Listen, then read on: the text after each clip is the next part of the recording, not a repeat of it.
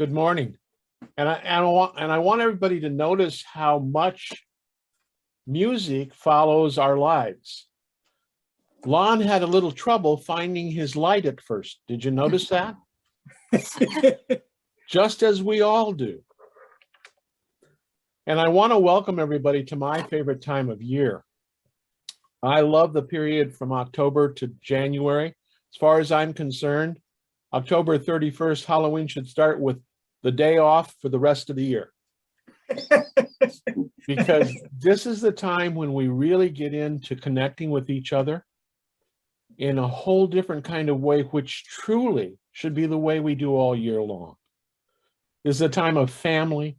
This is a time of things like secret Santas, of cookie drop-offs in the middle of the night, and knock on the door and let people come and find cookies there. It's spirituality, it's connection. And it's about the fact that it is seeing each other and the light we shine.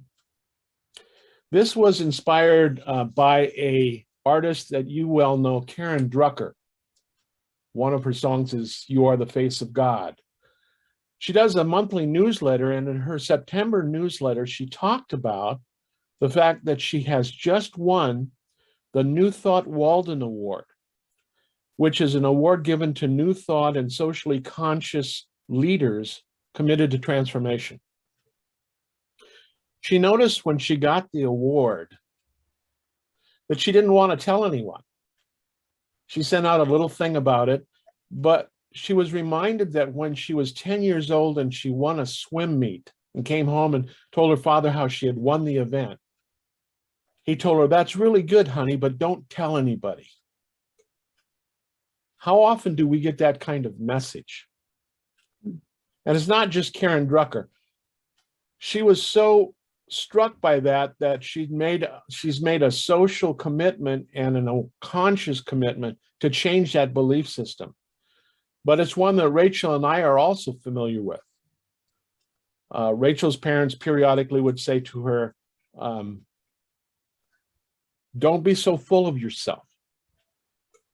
In my household, standing out was probably the worst thing you could do. You weren't about bragging or boasting or calling attention to yourself. It wasn't right. How could you shine your light?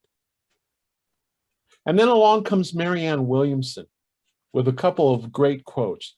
She said, "As we let our own light shine, we unconsciously give permission to the people around us to do the same thing. As we liberate our own fears and we take spiritual growth, our presence liberates others." Her other statement is from A Return to Love, and it's the one that Nelson Mandela did in his speech when he became president of South Africa. He said, "Our deepest fear is not that we are inadequate. Our deepest fear is that we are powerful beyond measure. It's our light, not our darkness, that frightens us. We ask ourselves, who am I to be brilliant, gorgeous, talented, and fabulous? And the answer and question really is, who are you not to be? We are children of God. Our playing small does not serve the world. There is nothing enlightened about shrinking so that others won't stand in who they are. We're all meant to shine. We're born to manifest who we are." The sentence that gets to me on that is, our playing small does not serve the world. And yet, whenever we take a step and it's not playing small, there's a part of us in the back of our heads that goes, wait a minute. We get a thing that I call this. We hold our hand up and say, no. At the same time, behind going, yes. No. Yes. People pay us compliments. We go, oh, no.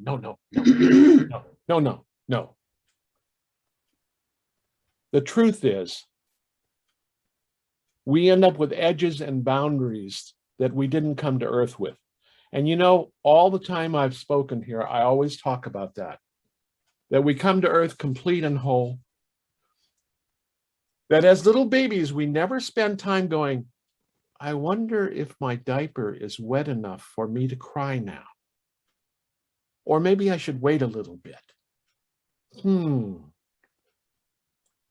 We don't do that. We just are.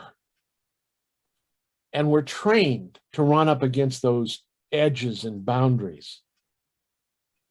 People remind us. I always talk about it. As little children, we're never said, oh, you're angry. Do you want to share how that feels? No, it doesn't happen. And yet within us, there is a light that wants to shine full out who we are. And I talk about the spiritual discontent, the fact that we are standing with that light. And just like Lon in looking for this little light on his keyboard, we're looking too. And it's just waiting to shine. So the question in terms of our protection is, are we hiding our light or are we being our light? Last month, I got a chance to attend a service with a man named Reverend Ogun Holder. He's a unity minister. And Ogun has come up with 5 spiritual love languages. 5 spiritual love languages. And I was so impacted that I asked if I could share it. And he said, oh, you bet. He says, the more you tell the people about it, the better it is. So I want to share his languages, which he says are a natural inherent part of us. And they are I am languages. The first is I am love. I am love. I am love. It's stepping away from that darkness and knowing that I am love. It's standing in front of that mirror in the morning and going, I am love. And it's time for us to step up into that. We're at a place where our version of our country is filled with cruelty and meanness, and that is not the reality of who we are. And each of us on screen this morning are part of the group that will continue to have to do better. We'll continue to have to show up in love and understand that our strong voices of I am love will make a difference. The second language is I am whole. I am whole. Surrendering to the absolute fact that right where we are this minute, we are perfect. We are all we can be. And tomorrow will be more all we can be. And yesterday we were a little less all we can be. Every encounter that happens, every movement, every step, we are growing. I used to live next to someone when I was in high school. And you know, the shows they show on TV called The Hoarders, this family had that. And so when you opened their front door, there was a path. They were filled with everything around them because they were whole, but they were holding on. I am whole is a movement. It's moving through life, gathering and shedding, knowing each step is growing. We will always expand to fill our spaces. It is always true. And the third one is I am worthy. I am worthy. It's the next surrender. Years ago, I did a workshop, and in it, one of the people was starting a company, a computer company. And his biggest difficulty was trying to figure out how much to charge per hour. The instructor looked at him and said, well, actually, Kerry, what this is all about is, how worthy are you? Are you worth $65 an hour? Then that's what you'll charge. Rachel and I are both people that put out photography and art of work. And one of the biggest difficulties for both of us is valuing our work. Because, you know, when an artist has a photo or a picture in front of you, especially a picture, a painting of some kind, they have put hours and hours into that. What if our value in being present on this planet is just in existing? We've been made in the image of God. There is no one on this planet just like us. What if the value, the worth of who we are, is just who we are, just existing? And I want you to notice there are parts of you that may be going, woo! Because there are parts of you going, no, that can't be true. That can't be true. I can't just show up and be good. Sure you can. The fourth one is, I am free. Earlier in my life, I got stuck in enmeshments of life. And so let's say I was going to go visit with somebody, or I maybe had a date. I would run scenarios in my head over and over again. Okay, when I meet her, I can say this, and then she might say that. And if she says that, then I'll say this. But then she might say this, and I can say that. I would spend so much time going through the attachments. And it had to do with me not trusting who I was. Not trusting that we are in this magic journey with God. And trusting that no matter what happens, we are enough. We are enough. The last couple of months I've talked about it, and I'll bring it up again. I'm reminded of that 17-year-old canoeist at the Olympics who won the world championships from the United States. And she said she came with a dream of winning, and her friends told her, you got to get realistic. No, Americans haven't won for 40 years. She said, and when I won, we couldn't do the ceremony right away because they couldn't find a United States flag because it'd been so long. She says, I wasn't there to be realistic. I'm free. I was there to live my dreams. We are reminded constantly of life and this strange thing that happens where we think we have more control over things than ourselves. What a strange dream that is. Because truly the only thing that we are fully in charge of is us. The affirmation that goes with I am free, I really love. It's, I allow my life of freedom to run its course, whether it be in minutes or lifetimes. And the last language of love that Reverend Ogun brought up was, I am light. I am light. We come to this earth with a purpose, with a meaning, and we seem to spend most of our time trying to figure out what it is. But one of the things I found as I've worked through life is I run into people who don't spend much time doing that. And it's one of the reasons, as I jump all over the place, that Nike's logo and statement has become so inherent in our lives. It's the statement, just do it. We can talk and talk and talk. Yet there are people that come along and they don't spend a lot of time trying to figure it out. They just do it. It's that thing I talked about last year. Ready, aim, fire. Don't get stuck in the aim.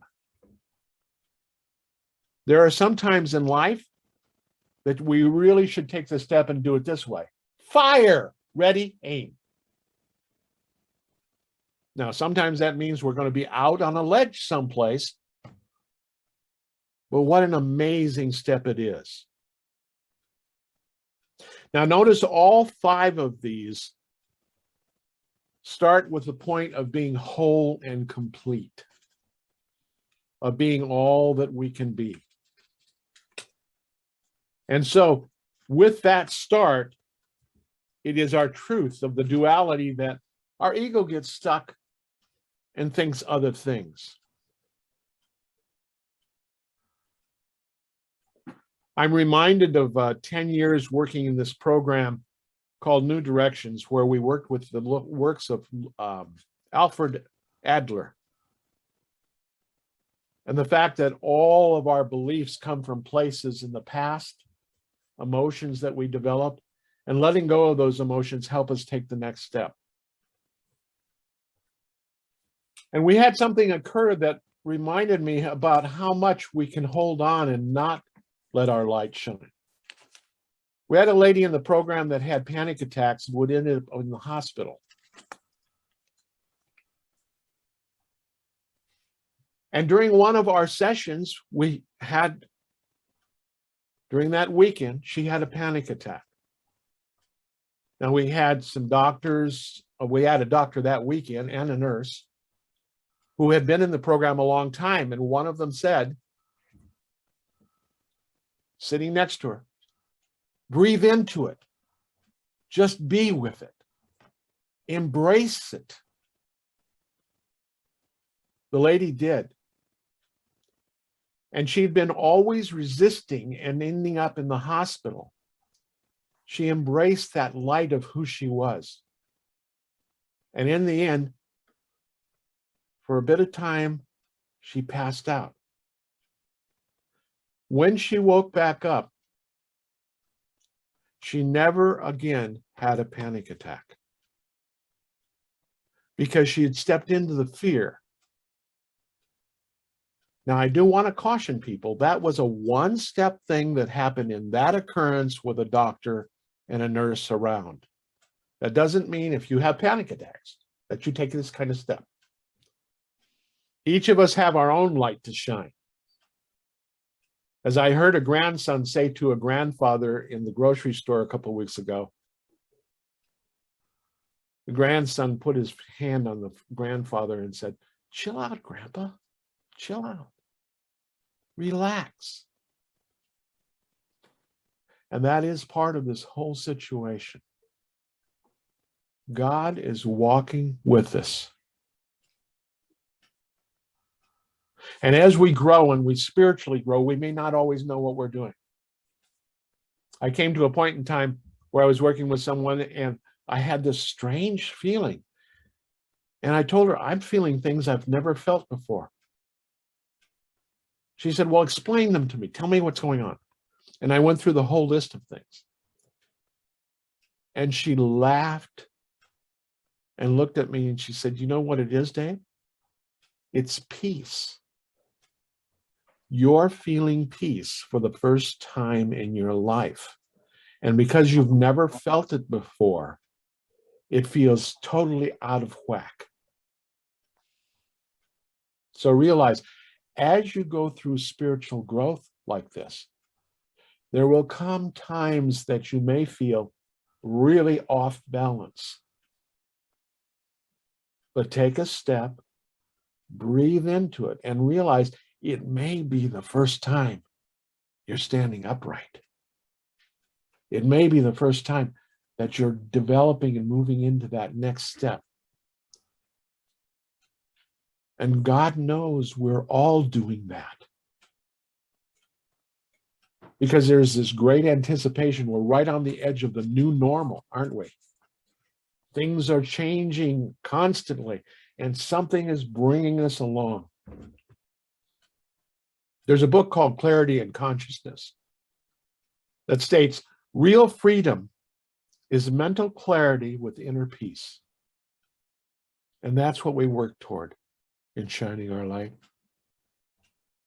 Freedom is when you can just see who you are. It exists when you're not craving more. Happiness and freedom is one. It has been said, when you're happy, don't go looking for more happy. Be happy. And how does that work in life? Well, when you manifest, things change. Let me go ahead and get on the screen, and I'm going to share something, and you have to put up with us going through a few things here. So we're going through that, and we're going through this, and we're going through this. Rachel spoke a couple of weeks ago about wanting to have a place to be able to share her artwork. Because, you know, as artists paint and end up with paintings that don't get sold. So this week, this opportunity came up for her. And so in November, she's going to be doing a show. It's God saying to her, okay, it's time for your light to shine.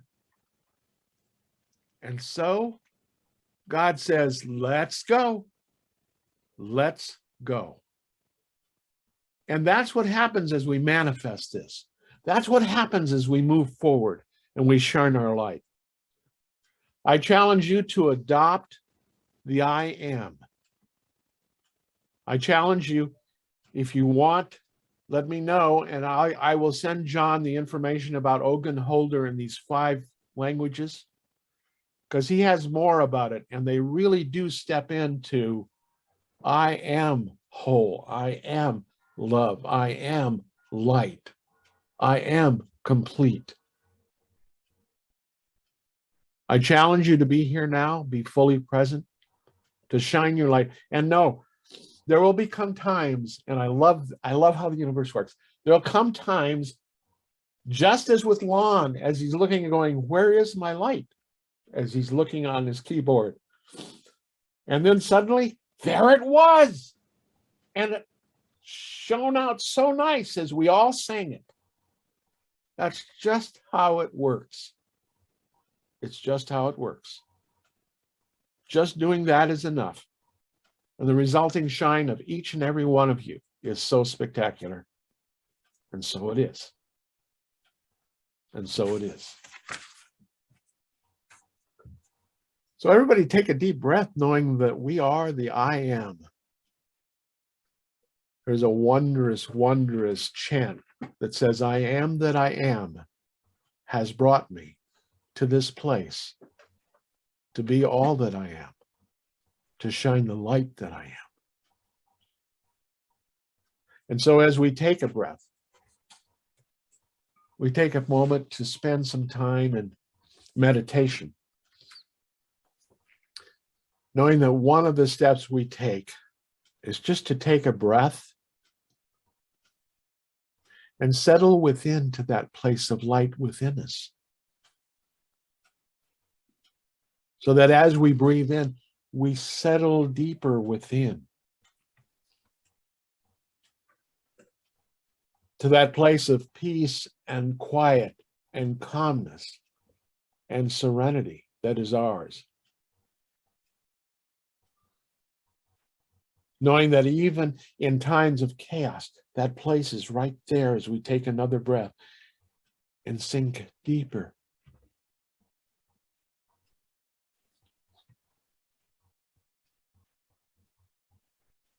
And each time we exhale, we release and let go of those things that are not ours to hold on to.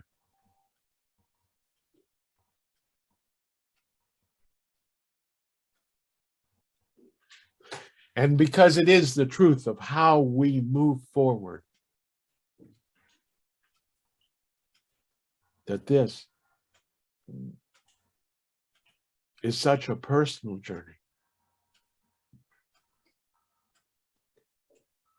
We take a deep breath and know that we will spend some time in silence, exploring deeper within this place of quiet, this place of sacred, this place of light. As we take one more breath and settle into an extended time of sacred silence.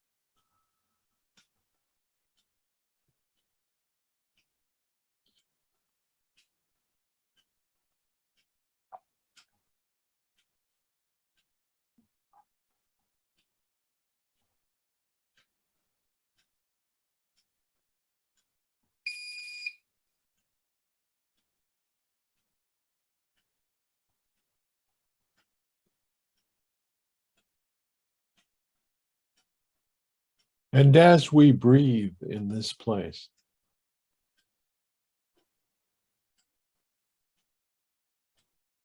we give thanks.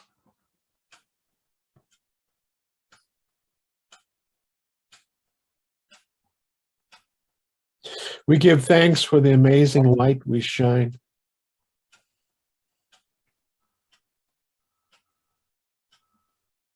We give thanks for life itself and for the flow. And as we start to come back into the room, we come back perhaps hearing or not the rain.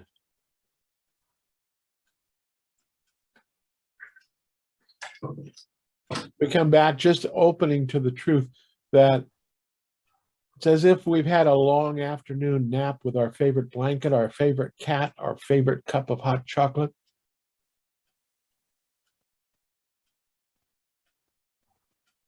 And in that, we challenge each of us to spend some time just opening a window or a slider and listening to God wetting the earth and giving thanks. And as we take another deep breath, we come back with more energy, knowing we are ready to do what is ours to do this day, which in my case may be taking a nap later. And so it is, and so it is, and so it is.